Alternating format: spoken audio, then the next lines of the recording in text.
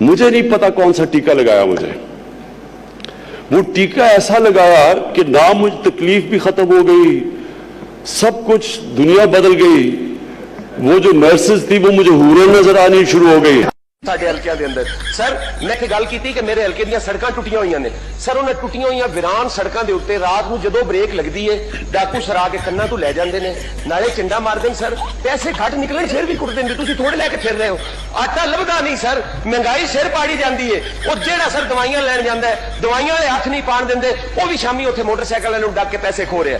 ਜਨਾਬ ਸਪੀਕਰ, ਇਹ ਸਾਰੀਆਂ ਬੁਰਾਈਆਂ ਦੀ ਜੜ ਲਾਅ ਐਂਡ ਆਰਡਰ ਹੈ ਔਰ ਇਹਨੂੰ ਲਾਅ ਐਂਡ ਆਰਡਰ ਨੂੰ ਠੀਕ ਕਰੋ। ਜਾਂ ਜਨਾਬ ਸਪੀਕਰ ਕੋਈ ਇਹੋ ਜਿਹਾ ਟੀਕਾ ਸਾਨੂੰ ਵੀ ਲਾਓ ਵੀ ਇਹ ਦੁਨੀਆ ਸਾਨੂੰ ਵੀ ਹੂਰਾਂ ਦਿਸਣ ਤੇ ਇਹ ਦੁਨੀਆ ਸਾਨੂੰ ਵੀ ਜੰਨਤ ਦਿਸੇ।